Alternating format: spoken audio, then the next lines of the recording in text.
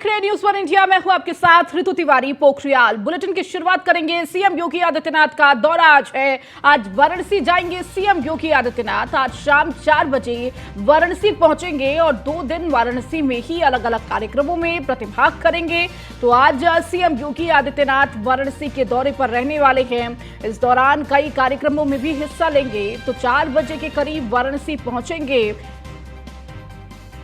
तो बाबा विश्वनाथ के द्वार योगी सरकार है।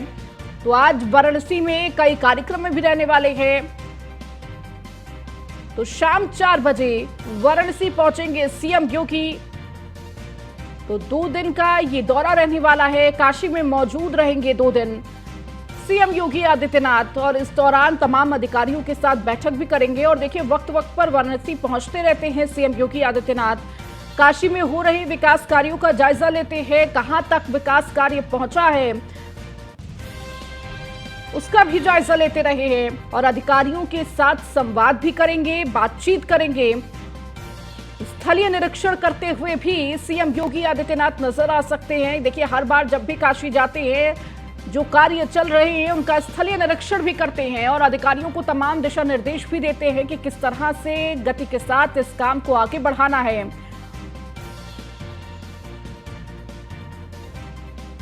तो काशी विश्वनाथ के दर्शन भी सीएम योगी आदित्यनाथ करेंगे।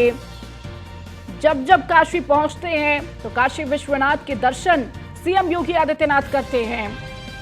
तो शाम 4 बजे वाराणसी पहुंचेंगे सीएम योगी आदित्यनाथ। 2 दिन का ये दौरा रहने वाला है। और अधिक जानकारी के साथ वाराणसी से संवाददाता अमन शुक्ला हमारे साथ जुड़ चुके हैं। अमन, सीएम योगी आदित्यनाथ का वाराणसी का दौरा रहने वाला है। 2 दिनों का ये दौरा क्या कुछ महत्वपूर्ण रहेगा? देखिए, मैं आपको बता दूं कि सबसे पहले तो सीएम योगी आदित्यनाथ शाम 4 बजे वाराणसी की पुलिस लाइन हेलीकॉप्टर उनका लैंड होगा। उसके बाद बाई रोड जो है वो सर्किट हाउस आएंगे। वहां पे आला अधिकारियों संग बैठक करेंगे, क्योंकि अभी जो बीते दिनों जो यहाँ पे मैं आपको बता दूं कि यहाँ पे जैतपुरा क्षेत्र पड़ता है, जहाँ पे ताजिया जुलूस में जो आपस में जो मुस्लिम समाज में जो बवाल हुआ था उसके ऊपर भी समीक्षा बैठक करेंगे। क्योंकि ये अहम बन जाता है कि उत्तर प्रदेश में दंगा मुक्त जब उत्तर प्रदेश जब कहा जा रहा था, तो वाराणसी में इसी बीच जब ताजिया का माहौल बिगाड़ने के चक्कर में ये आपस में जो है शिया और सुन्नी में जो बवाल होता है, उस पे जो है ये आला अधिकारियों से क्या अपडेट है, कितने लोग जेल भेजे गए हैं। क्योंकि इसमें बताया जा रहा है कि 113 लोग कुल नामजद थे, जिनकी 85 लोगों को जेल भेज दिया गया है। उसी की अपडेट लेंगे वहां पे आला अधिकारियों संग। और काशी विश्वनाथ धाम में, क्योंकि सावन चल रहा है, काशी विश्वनाथ धाम में किस तरीके की सुरक्षा व्यवस्था है उसकी भी जायजा लेंगे। और मैं आपको बता दूं कि फिर उसके बाद श्री काशी विश्वनाथ धाम जाएंगे दर्शन करने के लिए। वहां पे जो गेट नंबर 3 पे घाट के तरफ जो घाट का सीन होता है काशी विश्वनाथ धाम में कॉरिडोर का, वहां पे जाके लाइट एंड साउंड शो जो चालू हुआ है वहां पे सबसे पहले मुख्यमंत्री योगी आदित्यनाथ देखेंगे। उसके बाद जो है श्री काल भैरव बाबा दर्शन करके सीधे जो लहरतारा पे ओवर ब्रिज बन रहा है बावतपुर से और लहरतारा को जोड़ने के लिए ओवर ब्रिज बन रहा है, वहां पे जाके निरीक्षण करेंगे, स्थलीय निरीक्षण। उसके बाद काशी क्षेत्र कार्यालय जाएंगे, भारतीय जनता पार्टी के काशी क्षेत्र कार्यालय, वहां पे पदाधिकारियों संग बैठक करेंगे। उसके बाद रात्रि विश्राम है। रात्रि विश्राम के बाद फिर अगले दिन जो है Y20 का कार्यक्रम है, जिसमें केंद्रीय मंत्री अनुराग ठाकुर भी आ रहे हैं जी, वहां पे सम्मिलित होंगे जी। ठीक है अमन, आप लगातार नजर बनाए रखिए। लौटूंगी आपके पास। हमारे साथ अश्विनी भी लखनऊ से जुड़ चुके हैं। अश्विनी, लगातार सीएम योगी आदित्यनाथ अलग अलग जिलों के दौरे कर रहे हैं और इस दौरान आज काशी पहुंचेंगे। चूंकि काशी को लेकर महत्वपूर्ण जगह भी है काशी की, लगातार वक्त वक्त पर काशी का दौरा सीएम योगी आदित्यनाथ करते रहे हैं। बिल्कुल, उत्तर प्रदेश समेत पूरे देश में अगले साल लोकसभा चुनाव होने हैं और ठीक उससे पहले कहीं ना कहीं भारतीय जनता पार्टी चुनावी मोड में आ चुकी है। हालांकि ये जो दौरे हो रहे हैं ये बतौर मुख्यमंत्री योगी आदित्यनाथ कर रहे हैं। इससे पहले भी देखा गया चुनाव नहीं होते हैं उस दौरान भी मुख्यमंत्री तमाम जिलों के दौरे करते रहते हैं। उस दौरान जब जिलों में जाते हैं तो वहां की कानून व्यवस्था की समीक्षा करते हैं, वहां के विकास कार्यों की समीक्षा करते हैं, वहां पर किस तरीके से सरकार की योजनाओं को आगे बढ़ाया जा रहा है, इन चीजों की समीक्षा करते हैं। लेकिन सबसे महत्वपूर्ण यह है, कुछ जिले उत्तर प्रदेश में में है जो बेहद ही महत्वपूर्ण, इसमें वाराणसी शामिल है क्योंकि पहला तो ये प्रधानमंत्री का संसदीय क्षेत्र है, साथ ही साथ जो बनारस है, बनारस से ही आसपास के जिलों को साधा जा सकता है। और 2019 का जब लोकसभा चुनाव हुआ था या 2022 का जो विधानसभा चुनाव हुआ, तो इस वाराणसी के आसपास के जिलों में भारतीय जनता पार्टी की स्थिति कुछ खास मजबूत नहीं रही, जिसमें गाजीपुर शामिल है, मऊ शामिल है, आजमगढ़ शामिल है। ये तीनों जिले हैं जो आसपास के ही हैं बनारस के। तो ऐसे में कहीं ना कहीं मुख्यमंत्री आज जब काशी पहुंचेंगे तो वहां पर तमाम जो परियोजनाएं हैं उनका निरीक्षण करेंगे, साथ ही साथ वहां पर जो पेयजल व्यवस्था है जो जलकल द्वारा की जा रही है उसकी समीक्षा करेंगे, उस स्थल का निरीक्षण करेंगे। साथ ही साथ कानून व्यवस्था को लेकर के भी बैठक करेंगे कि आखिर कानून व्यवस्था कैसी चल रही। साथ ही साथ इसके अलावा तमाम जो परियोजनाएं सरकार की उनकी समीक्षा करेंगे क्योंकि अब 2024 लोकसभा चुनाव के लिए समय कम बचा है। ऐसे में कहीं ना कहीं एक एक जिले का निरीक्षण दौरा करके मुख्यमंत्री योगी आदित्यनाथ वहां की वास्तविक स्थिति जानना चाहते हैं, वहां की नब्ज टटोलना चाहते हैं क्योंकि आज जब वाराणसी दौरे पर जाएंगे तो निश्चित तौर पर वहां के आसपास के जिलों की क्या स्थिति है वो भी जान पाएंगे। ऐसे में कहीं ना कहीं तमाम जो अधिकारी हैं आसपास के जिलों के वो भी मौजूद रह सकते हैं, साथ ही साथ जो कमिश्नर हैं वाराणसी वो मौजूद रहेंगे, उनसे कहीं ना कहीं पूछा जाएगा कि आखिर आसपास के जिलों में क्या कुछ चल रहा है। निश्चित तौर पर क्योंकि मुख्यमंत्री योगी आदित्यनाथ का पहला दौरा नहीं, हर महीने वो लगभग जो है वाराणसी जाते हैं क्योंकि कहीं ना कहीं स्मार्ट से ज्यादा स्मार्ट बनाने की कोशिश में पूरी सरकार वाराणसी को लगी हुई है क्योंकि जब 2014 में का लोकसभा चुनाव हो रहा था उस समय प्रधानमंत्री बतौर एक जो प्रत्याशी जब वाराणसी आए तो उन्होंने वहां के लोगों से वादा किया था कि आज वाराणसी को अलग पहचान दिलाई जाएगी, यहाँ की जो सांस्कृतिक पहचान है उसको वापस किया जाएगा, साथ ही साथ यहाँ की जो धरोहरें हैं उनका कहीं ना कहीं विकास किया जाएगा। इसके अलावा जो चीजें खो चुकी है बनारस उसको वापस लाया जाएगा। तमाम वादे प्रधानमंत्री ने किए थे और स्टेप बाय स्टेप उनको पूरा करने की जिम्मेदारी अब मुख्यमंत्री योगी आदित्यनाथ निभा रहे हैं क्योंकि देखा गया है कि चाहे वो धर्मस्थली उत्तर प्रदेश की कोई हो, चाहे वो वाराणसी हो, चाहे गोरखपुर हो या फिर मथुरा हो, तमाम जो जिले हैं, अयोध्या हो, लगभग हर दूसरे महीने हर महीने पहुंचते रहते हैं, वहां के कहीं ना कहीं स्थित जाना करते हैं क्योंकि जब 2017 का चुनाव हो रहा था उसके बाद जब सरकार बनी थी भारतीय जनता पार्टी की उत्तर प्रदेश में, तो बतौर मुख्यमंत्री शपथ देने के बाद मुख्यमंत्री ने कहा कि जो सांस्कृतिक धरोहर उत्तर प्रदेश की हैं, जो धर्मस्थली हैं, उनका भी विकास किया जाएगा और बेहतर ढंग से विकास किया जाएगा। उसका जीवंत उदाहरण आज काशी है, उसका जीवंत उदाहरण आज चित्रकूट है, अयोध्या है, जहां पर आने वाले कुछ सालों में सिर्फ धार्मिक रूप से ही फायदा नहीं लोगों को होगा, धार्मिक रूप से ही उसका फायदा नहीं ले पाएंगे बल्कि आर्थिक फायदा भी लोगों को होने वाला। जब कोई धर्मस्थली कहीं ना कहीं विकसित होगी तो वहां के जो लोकल के रहने वाले लोग हैं उनको कहीं ना कहीं रोजगार की जो स्थिति समस्या उत्पन्न हो रही थी उसमें कमी आएगी, रोजगार ज्यादा बढ़ेगा क्योंकि उत्तर प्रदेश में देखा गया 2019 के बाद जब कोरोना काल चला था मुख्यमंत्री ने साफ तौर पर कहा था कि उत्तर प्रदेश के लोगों को अब बाहर जाने की आवश्यकता नहीं पड़ेगी, उसके लिए कोई भी कदम उठाना पड़े। जी बिल्कुल अश्विनी, और यही कोशिश लगातार देखने को मिल रही है। आप लगातार जुड़े रहिए और भी खबरों पर अपडेट लेंगे और अमन आपका बहुत शुक्रिया इन तमाम जानकारियों को देने के लिए। खबरों में आगे बढ़ेंगे। मेरी माटी मेरा देश अभियान के साथ गांव गांव पहुंचेगी बीजेपी।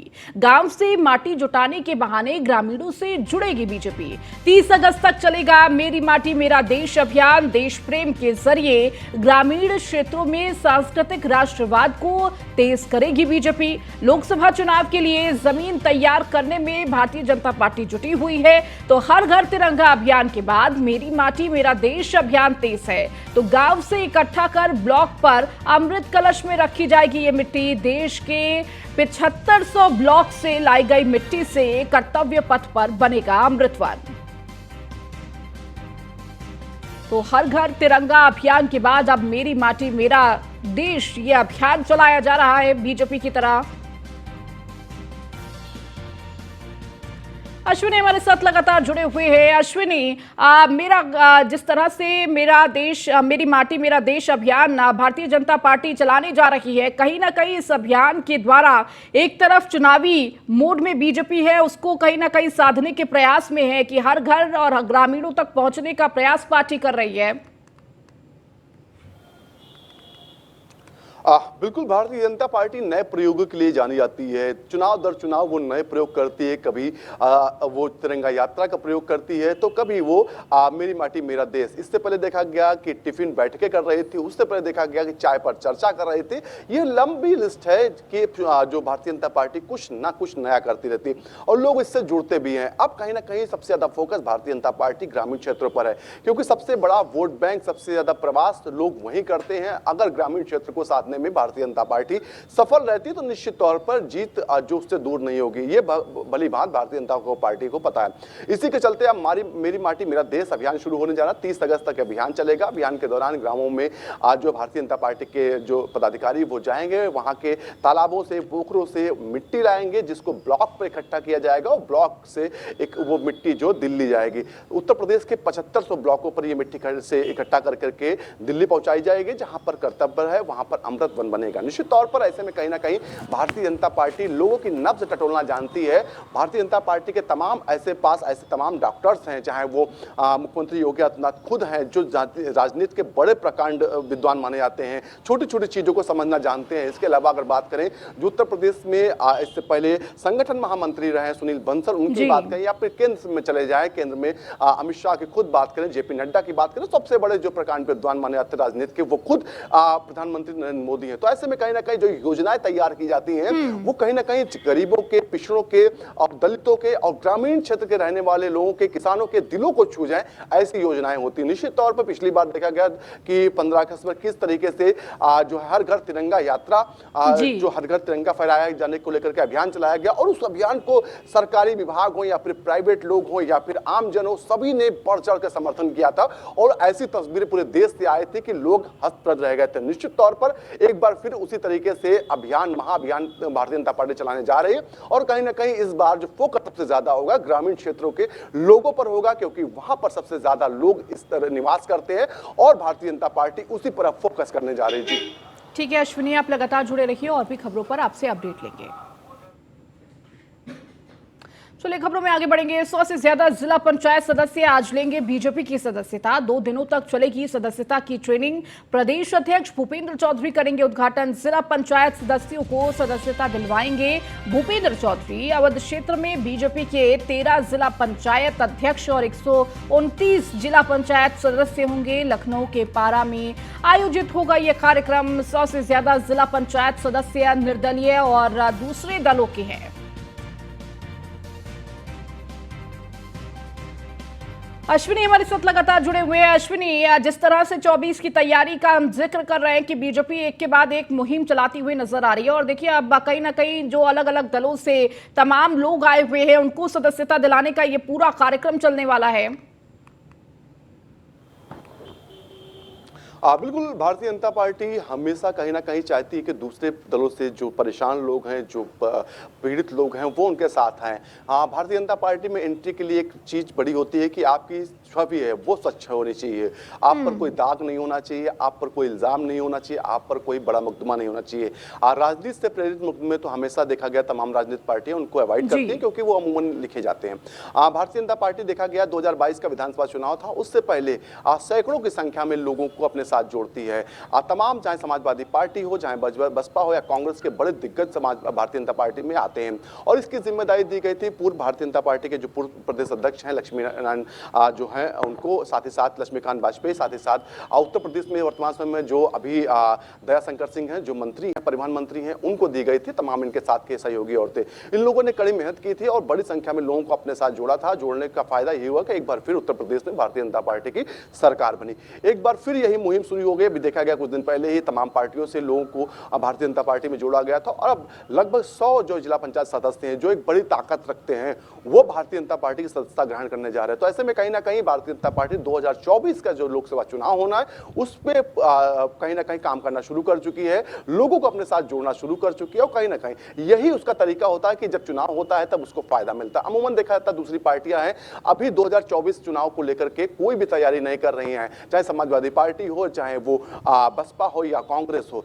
लेकिन भारतीय जनता पार्टी देखा लगातार बैठकें कर रही है, चाहे केंद्रीय नेतृत्व हो, चाहे उत्तर प्रदेश का नेतृत्व हो, दोनों के बीच समन्वय करना हो या कि संघ और भाजपा के बीच, सरकार के बीच समन्वय हो, तमाम बैठकें लगातार चल रही हैं। और निश्चित तौर पर ये बैठकें यूं ही नहीं चल रही है, इनको लेकर के कहीं ना कहीं जमीनी रणनीति तैयार की जा रही है कि आने वाले समय में कार्यक्रम क्या क्या होंगे, किस तरीके से क्या क्या करना है, साथ ही साथ लोगों को कैसे जोड़ना है, साथ ही साथ सबसे बड़ा युवा जो वर्ग है, युवा किसान वर्ग, इसको अपने साथ कैसे लाना है, इन तमाम मुद्दों को लेकर के लगातार भारतीय जनता पार्टी काम कर रही है। और उसी का नतीजा है कि 100 से ज्यादा जिला पंचायत सदस्य जो है अब भारतीय जनता पार्टी के साथ आना जा रहे हैं। बिल्कुल अश्विनी, देखिए 1 साल से कम का वक्त है और तमाम कोशिशों में बीजेपी जुटी हुई है, एक के बाद एक तमाम कार्यक्रम कर रही है। आप लगातार जुड़े रहिए और भी खबरों पर आपसे अपडेट लेंगे। खबरों में आगे बढ़ेंगे। 18 अगस्त को बीजेपी प्रभारियों और विस्तारकों को लेकर करेगी बैठक।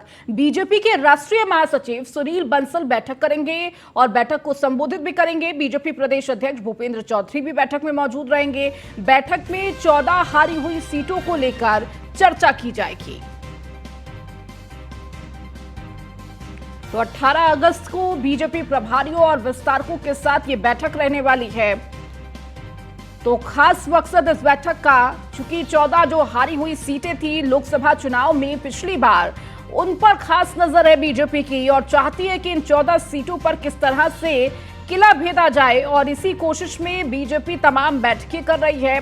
फोकस खासकर इन 14 सीटों पर है और इन 14 सीटों पर किस तरह से बीजेपी अपनी जीत दर्ज करे, इसके लिए ये बैठक महत्वपूर्ण रहने वाली है। अश्विनी हमारे साथ लगातार जुड़े हुए हैं। अश्विनी, 18 अगस्त को बीजेपी प्रभारियों और विस्तारकों की बैठक रहने वाली है और इस बैठक में सबसे महत्वपूर्ण वो 14 सीटें जिस पर लगातार बीजेपी की नजर है और कहीं ना कहीं 24 का चुनाव इन 14 सीटों पर खासकर है कि किस तरह से वहां पर बीजेपी जीत दर्ज कर सके।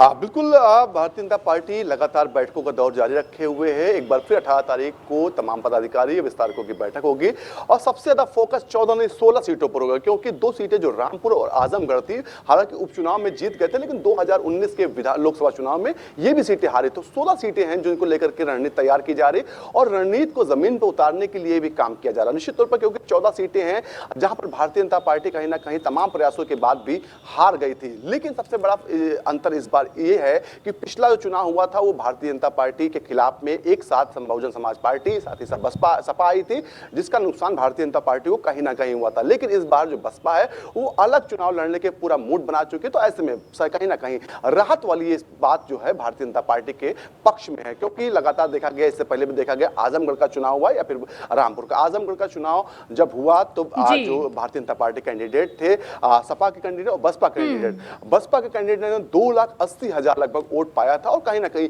यही समाजवादी पार्टी के कैंडिडेट के हार का कारण बनता था। ऐसे में कहीं ना कहीं भारतीय जनता पार्टी खुद चाह रही है कि बसपा अकेले चुनाव लड़े और दमखम के साथ लड़े। जितना दमखम के साथ चुनाव लड़ेगी बसपा, उतना फायदा भारतीय जनता पार्टी को होगा। निश्चित तौर पर जब 18 तारीख को बैठक होगी, बैठक में मंथन होगा, मंथन के दौरान देखा जाएगा कि क्या कुछ इन सीटों पर रह गया था, क्या कमियां रह गई थी, कौन से समीकरण है जिनको लागू किया जाए जिसका फायदा इन सीटों पर मिले। इन तमाम चीजों को लेकर के चर्चा होगी। जी ठीक है अश्विनी, बहुत शुक्रिया इन तमाम जानकारियों को देने के लिए। अब खबरों में आगे बढ़ेंगे, बात कानपुर की करेंगे, जहां पर साउथेक्स मॉल में कर्मचारियों की दबंगई देखने को मिली है। गदर फिल्म देखने आए युवक को कर्मचारियों ने पीटा, पुलिस के सामने शॉपिंग मॉल के गार्डों ने युवक को पीटा है। मॉल कर्मियों के आगे नतमस्तक नजर जूही थाना पुलिस। सिनेमा हॉल में एसी बंद होने पर शुरू हुआ था बवाल, तो दर्शक टिकट का पैसा वापस करने की कर रहे थे मांग। पहले भी मॉल कर्मचारी लोगों से कर चुके हैं मारपीट, तो मारपीट का वीडियो सोशल मीडिया पर वायरल हो रहा है। जूही थाना क्षेत्र के साउथेक्स शॉपिंग मॉल की ये पूरी घटना आपको बता रहे हैं और ये तस्वीरें भी आपको दिखा रहे हैं किस तरह से सिनेमा हॉल में कर्मचारियों की दबंगई देखने को मिली है। ये साउथेक्स मॉल है जहां पर मूवी देखने गए एक युवक के साथ मारपीट की गई। तो गदर फिल्म देखने गए युवक के साथ मारपीट की, तो पुलिस के सामने शॉपिंग मॉल के कर्मचारी युवक को पीटते रहे, लेकिन किस तरह से पुलिस वहां पर नतमस्तक नजर आई। सिनेमा हॉल में एसी बंद होने पर यह बवाल शुरू हुआ। और देखिए, ये कोई पहला मामला नहीं है, इससे पहले भी शॉपिंग मॉल के कर्मचारियों का इस तरह से दबंगई करते हुए कई बार ऐसे मामले सामने आए हैं, लेकिन उसके बावजूद किसी तरह की कोई कार्रवाई नहीं की गई। और एक बार फिर से कानपुर से ये तस्वीर सामने आई है, जहां पुलिस के सामने शॉपिंग मॉल के गार्डों ने युवक को पीटा है। तो मॉल कर्मियों के आगे नतमस्तक नजर आई जूही थाना पुलिस। चूंकि तमाम पुलिसकर्मी भी मौजूद थे, लेकिन उसके बावजूद आप देख सकते हैं किस तरह से कर्मचारियों के द्वारा एक युवक को पीटा जा रहा था और पुलिस सिर्फ छुड़ाने में लगी हुई थी, लेकिन उसके बावजूद पुलिस को किनारा करते हुए ये गार्ड युवक को पीटते रहे। और किस तरह से पुलिस वाले वहां पर खड़े रहे, इसका पूरा वीडियो सोशल मीडिया पर लगातार वायरल हो रहा है। और ये कोई पहला मामला नहीं है, इससे पहले भी कई मामले इस मॉल से सामने आए हैं, जहां पर कर्मचारियों की दबंगई देखने को मिलती है। तो ये वीडियो भी आपको दिखा रहे हैं। वीडियो में आप देख सकते हैं किस तरह से मॉल के कर्मचारी जो गार्ड थे वो युवक को पीट रहे थे और पुलिस सिर्फ मूक दर्शक बनकर बैठी हुई थी और लगातार छुड़ाने की कोशिश कर रही थी। एक्शन नहीं लिया गया गार्डों पर। और अधिक जानकारी के साथ कानपुर से संवाददाता सूरज पांडे हमारे साथ जुड़ चुके हैं। सूरज, ये जो वीडियो निकलकर सामने आ रहा है, कहीं ना कहीं कई सवाल खड़े कर रहे हैं। जिस तरह से मॉल में गार्डों की ये दबंगई देखने को मिली है, उस पर सवाल खड़े हो रहे हैं। और उससे भी ज्यादा हैरान करने वाला कि वहां पर पुलिस मौजूद थी, लेकिन उसके बावजूद डर नहीं पुलिस का, और पुलिस सिर्फ मूक दर्शक बनकर देखती रही। जी बिल्कुल, आपको बता दें कि पूरा मामला कानपुर जूही थाना क्षेत्र के किदवई नगर स्थित साउथेक शॉपिंग मॉल का है, जहां पर सिनेमा हॉल में कल कुछ युवक जो है रात का शो गदर फिल्म का देखने के लिए पहुंचे हुए थे। तभी अचानक फिल्म चलने के दौरान एसी बंद हो गया और दर्शकों को काफी गर्मी लगने लगी, जिसके बाद दर्शकों ने इसका विरोध किया और शॉपिंग मॉल के जो कर्मचारी है, जो सिक्योरिटी गार्ड है, वो दर्शकों से उलझ गए। इसके बाद दर्शकों ने अपना पैसा वापस करने की बात की, तो शॉपिंग मॉल के जो सिक्योरिटी गार्ड है उन्होंने दर्शकों की जमकर पिटाई कर दी। सबसे बड़ी बात यह रही कि जिस वक्त ये पूरी घटना और मारपीट की घटना हुई, उस वक्त जूही थाना पुलिस भी मौके पर मौजूद रही और पुलिस मुख्य दर्शक बनकर दर्शकों की पिटाई देखती रही। वहीं सबसे बड़ी बात आपको बता दें कि इस पूरे मामले पर पुलिस ने शॉपिंग मॉल के जो सिक्योरिटी गार्ड है उनके ऊपर कार्रवाई करने की बजाय दोनों तरफ से तहरीर लेकर दोनों पक्षों को हिरासत में लेकर कार्रवाई करने की बात की है। ऐसे में सबसे बड़ा सवाल ये खड़ा होता है कि आखिर दर्शक एक फिल्म जब देखने जाते हैं तो या तो अपने परिवार के साथ जाते हैं या अपने दोस्तों मित्रों के साथ जाते हैं। ऐसे में उनके साथ मारपीट करना खुलेआम ये दर्शा रहा है कि शॉपिंग मॉल में जो सिक्योरिटी गार्ड है उनकी गुंडई साफ तौर पर देखने को मिल रही है। मगर पुलिस का जो रवैया है वो पूरी तरीके से गोलमोल नजर आ रहा है। सिक्योरिटी गार्डों पर कार्रवाई करने की बजाय पुलिस जो है वो दर्शक जो पीड़ित है, जो मार भी खाया है, उसके ऊपर ही उल्टा कार्रवाई करते हुए नजर आ रही है। जी ठीक है सूरज, बहुत शुक्रिया इस जानकारी को देने के लिए। अब खबर मुजफ्फरनगर से है, जहां पुलिस की बदमाशों के साथ मुठभेड़ हो गई। मंसूरपुर पुलिस की बदमाशों के साथ ये मुठभेड़ हुई। मुठभेड़ में एक बदमाश गोली लगने से घायल हुआ। एक और बदमाश को पुलिस ने कॉम्बिंग के बाद किया गिरफ्तार। तो बदमाशों के पास से 2 तमंचा और एक कार बरामद हुआ है। तो पुलिस और बदमाशों के बीच ये मुठभेड़ देखने को मिली है। मुजफ्फरनगर से ये खबर आपको दे रहे हैं, जहां एक बदमाश के पैर में गोली लगी तो दूसरा बदमाश कॉम्बिंग के दौरान गिरफ्तार हुआ। बदमाशों के पास से 2 तमंचा और एक कार बरामद हुआ है। और अधिक जानकारी के साथ सचिन जौहरी हमारे संवाददाता हमारे साथ जुड़ चुके हैं। सचिन, क्या जानकारी मिल रही है? पुलिस और बदमाशों की ये मुठभेड़ देखने को मिली। देखिए, आपको बता दें कि वरिष्ठ पुलिस अधीक्षक ने निर्देश दे रखे हैं कि सुबह सवेरे ही चेकिंग की जाए। तो उसी क्रम में चेकिंग अभियान चलाया जा रहा था। मुजफ्फरनगर के मंसूरपुर थाना क्षेत्र में एक बोलेरो संदिग्ध कार आती हुई पुलिस ने देखी तो उसे रोकने का इशारा किया। बदमाशों ने पुलिस पर फायर झोंका, जिसके जवाब में पुलिस ने भी फायरिंग की। इस फायरिंग में एक बदमाश के गोली लगी है और दूसरा बदमाश कॉम्बिंग के बाद गिरफ्तार किया गया है। पुलिस ने इनके पास से 2 तमंचे भी बरामद किए और बोलेरो कार भी एक पकड़ी है। और 2 बदमाश जो है अंधेरे का फायदा उठाते हुए यहाँ से भागे हैं। पुलिस इन पकड़े गए बदमाशों से इनका आपराधिक रिकॉर्ड निकालने में लगी हुई है और अनुमान लगाया जा रहा है कि ये बदमाश इस क्षेत्र में किसी घटना को अंजाम देने के लिए आए थे। जी ठीक है, बहुत शुक्रिया सचिन इस जानकारी को देने के लिए। चलिए, इस बुलेटिन में फिलहाल इतना ही। बने रहिए न्यूज़ 1 इंडिया के साथ।